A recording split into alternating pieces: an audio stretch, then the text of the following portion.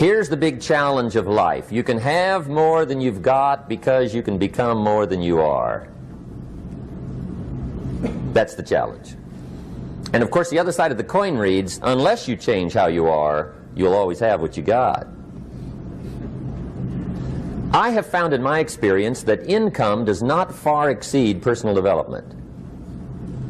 Now, sometimes income takes a lucky jump, but sure enough, unless you grow out where it is, it'll usually come back where you are. Life has strange ways. If somebody hands you $1 million, best you become a millionaire quickly, so you get to keep the money. Otherwise, sure enough, it'll disappear. Somebody once said, if you took all the money in the world, divided it up equally among everybody, it would soon all be back in the same pockets. Incredible. Success is something you attract, not something you pursue. Success is looking for a good place to stay. So instead of going after it, you work on yourself. Personal development. See, the major question to ask on the job is not what are you getting? The major question to ask on the job is what are you becoming? See, the big question is not what am I getting paid here? The big question is what am I becoming here? Because true happiness is not contained in what you get. Happiness is contained in what you become. Now, here's the first lesson of economics. Everybody should learn it from the time they're old enough to understand what a dollar means, how to earn one, how to get one, how to keep one, what to do with it. First lesson of economics. We primarily get paid for value. That's lesson one. Bringing value to the marketplace, that's how you get paid. You don't get paid for the time. I know it takes time to bring value to the marketplace, but you get paid for the value, not the time. Now, since that's true, here's one of the key questions of the evening. Is it possible to become twice as valuable at the marketplace and make twice as much money in the same time? Could you become 3 times as valuable? Make 3 times as much money in the same time? Is that possible? The answer is yes, if. And it's always if, right? Life is known as the big if. Harry Truman once said, life is iffy. How true. And here's the big if we're going to consider it tonight. It's possible to do much better at the marketplace if you go to work primarily on yourself. People have asked me for the last 24 years, how do you develop an above average income? And the answer is, become an above average person. Develop an above average handshake. Some people want to be successful, they don't even work on their handshake. As easy as that would be to start on. They let it slide, they don't understand. Develop an above average smile. Develop an above average excitement. Develop an above average interest in other people. Develop an above average intensity to win. See, that'll change everything. Probably one of the most frustrating experiences in life is looking for an above average job with above average pay without becoming an above average person. It's called frustration.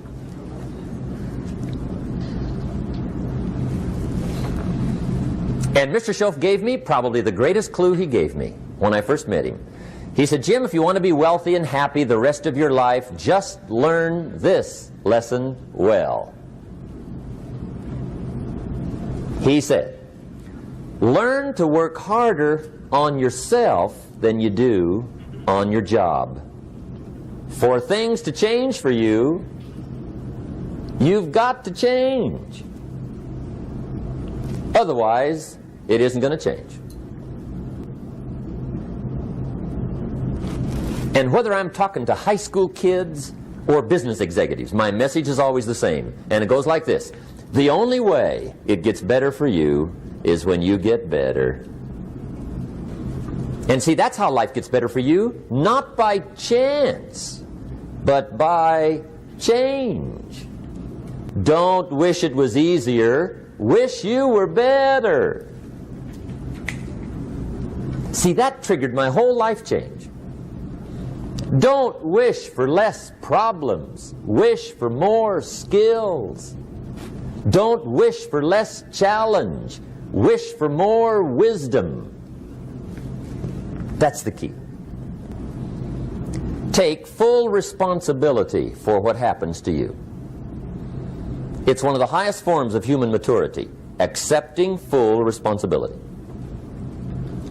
It's the day you know you've passed from childhood to adulthood, the day you accept full responsibility. And another note, learn to reap in the fall without apology.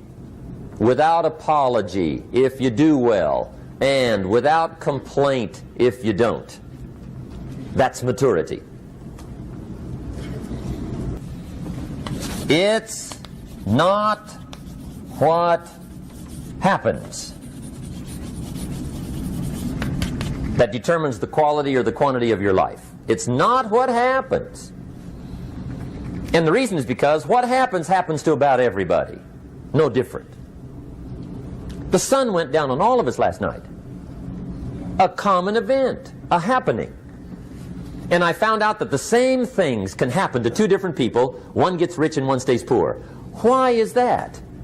It's because it's not what happens, but rather it's what you do that changes everything. So that's a key phrase. It's not what happens, it's what you do. What happens is about the same. You might put that in parentheses here. Same. What people do, that's what's different. Somebody says, yeah, but you don't understand the disappointments I've had. Come on. Everybody's had their share. Disappointments are not special gifts reserved for the poor. Everybody has them. The difference is what you do about them. It's not the weather. I used to blame the weather, and I discovered it rains on the rich. So see, that won't help. Two men wake up one morning, there's a rainstorm on. One of them looks out his window, sees the rainstorm, and he says, wow, what a storm. With weather like this, they can't expect you to go out and make sales. He stays home. Same morning, the other guy looks out his window, sees the same storm, says, wow, what a storm. But he says, you know what, with weather like this, what a great day to go out and make sales. Most everybody will probably be home, especially the salesman.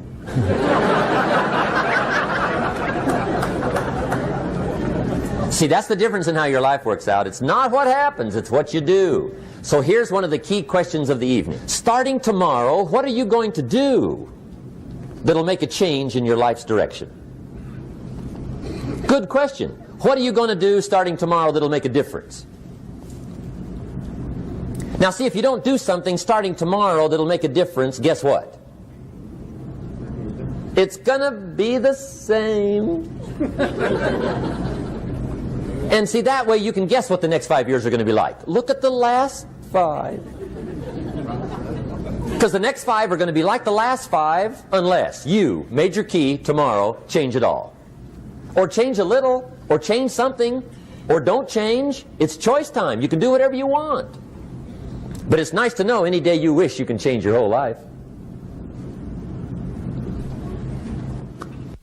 What can you do starting tomorrow that'll make a difference? Good question.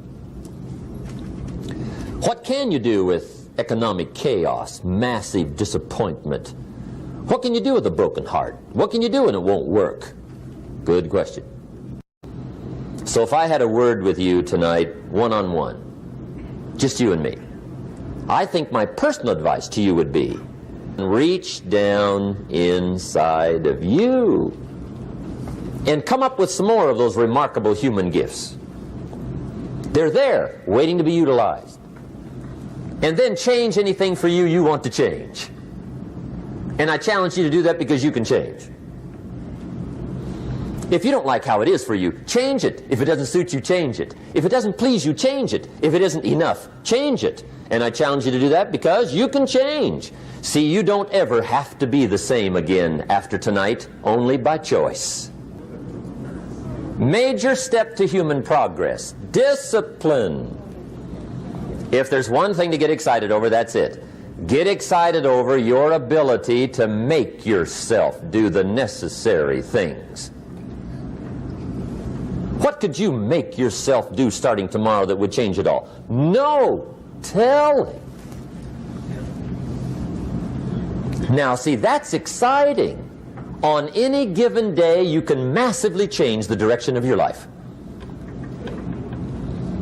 Murder is a clear example that any one person on any given day can forever alter the course of their life. It just happens to be a negative act.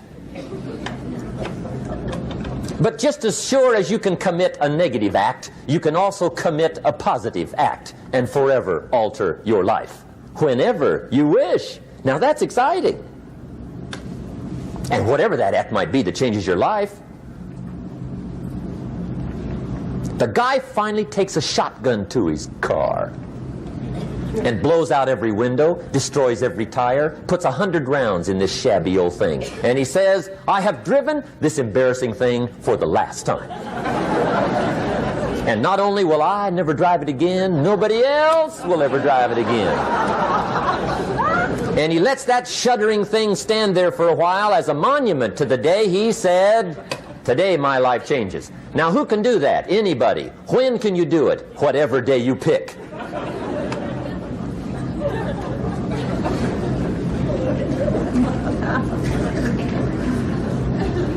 Now here's the key to discipline. Start with the little disciplines, get excited over the little disciplines, and get right on those, because those will lead to the big ones. You can't handle the big challenges in life unless you take on the little ones. Make a list of all the things you can do, get right on those. Find out how things work. The first key to doing better is find out. To change your life, really, you need ideas. There isn't anything an idea can't change. And Schoaf taught me the major problem is lack of an idea, not a problem. At first I didn't have any money. I said to Mr. Schoaf, I don't have any money. He said, that's not a problem. Now see, up until then I always thought it was. Right? I was confused. He said, no, the problem is lack of an idea on how to create money and wealth. It isn't lack of money, it's lack of ideas. So if you get the ideas, see, you can change anything. Now to get ideas, you need a constant study of finding out. Now Schoaf also said, when you find out something that works, put the information in your journal. Don't use your head for a filing cabinet. Put it in your journal so that you can do the next best thing. Repetition, repetition, repetition. Go over it. And if you repeat it, go over it, sure enough, someday, some mysterious day, the idea takes root, starts to grow, and shows up in your bank account, and your dress, and your personality, and your lifestyle. But capture the ideas in your journal. Find out how things work. Schoaf gave me this word for my life change. He said, study. Great word. If you wish to be successful, study success. If you wish to be happy, study happiness. If you wish to be wealthy, study wealth. Don't leave it to chance. Make it a study. Some people just go through the day with their fingers crossed. See, that won't do it. You've got to study the things that can change your economic, social, spiritual, personal life. Now here's a qualifying phrase. And we'll have several of these qualifying phrases throughout the seminar. Here's the first one. You may not be able to do all you find out. I understand that. You may not be able to do all you find out, but you should find out all you can do. See, you don't want to wind up at the end of your life and discover that you've lived only 1/10 of it. And the other 9/10 went down the drain. Not for lack of opportunity, for lack of information. Become a good reader. All of the successful people I know and work with around the world, they're all good readers. Curiosity drives them to read. They got to know. They just read.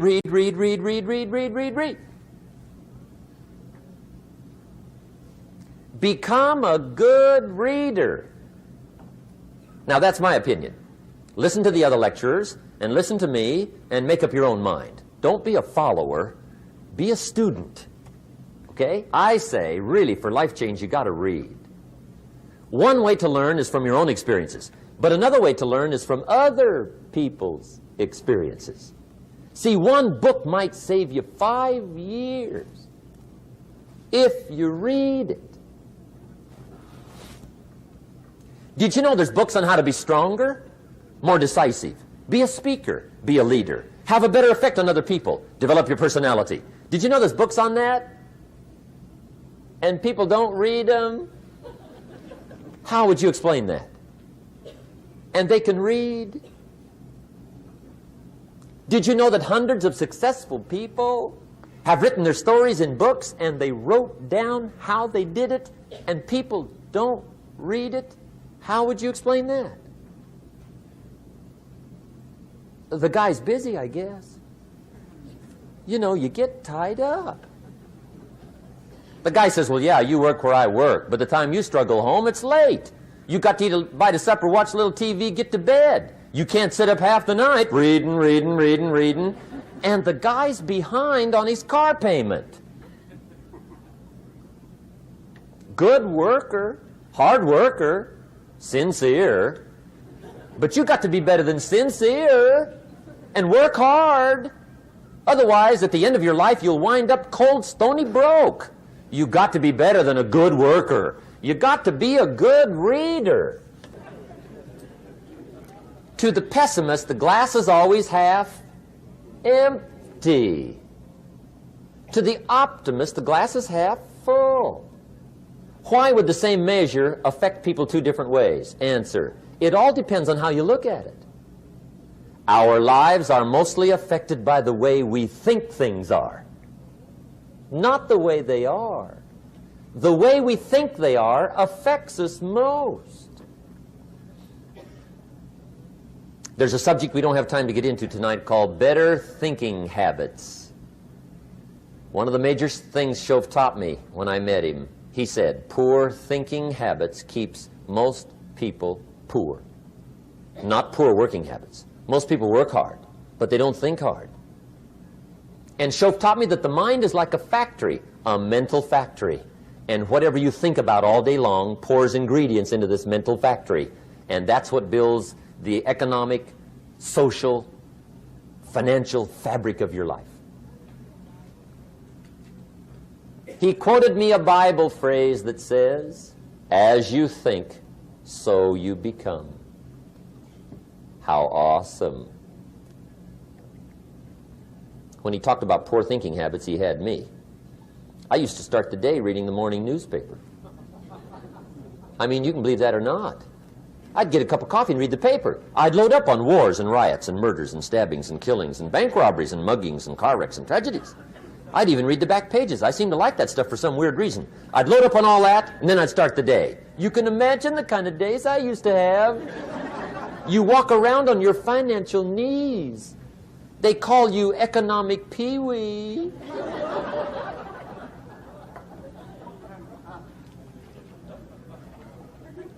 The guy says, I want to be a great leader. Wonderful. The first thing we do is follow him to his house. When we get there, we walk in and check his library, number one. Somebody says, well, why check his library?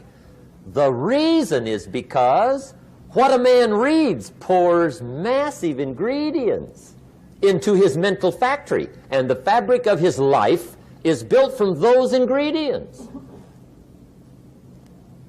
You would not believe what some people have got in their house to read.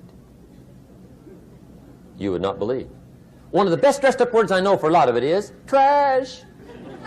Can you imagine dumping a barrel of trash into this mental factory every day and coming out with a rich, dynamic, positive life? It can't be done.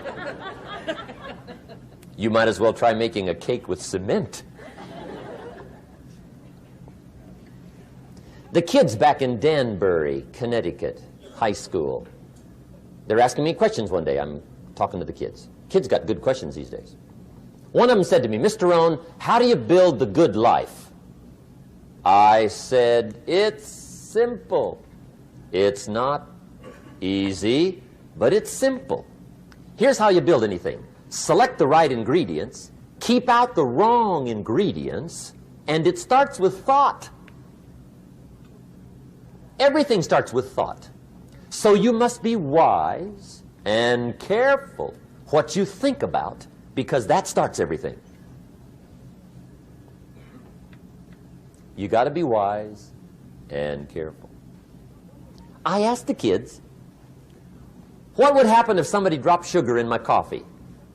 They said, well, you'd be okay. I said, what if somebody dropped strychnine in my coffee? They said, well, you'd be dead. I said, correct. Lesson 1. Life is both sugar and strychnine. You gotta be careful. I said, what if my worst enemy drops in the sugar? They said, will you be okay? I said, what if my best friend, even by accident, drops in the strychnine? They said, well, you'd be dead. I said, correct. Lesson 2, watch your coffee.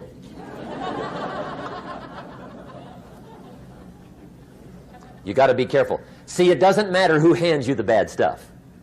It doesn't matter where you get the bad stuff. It'll still do its damage on your bank account, wherever you get it.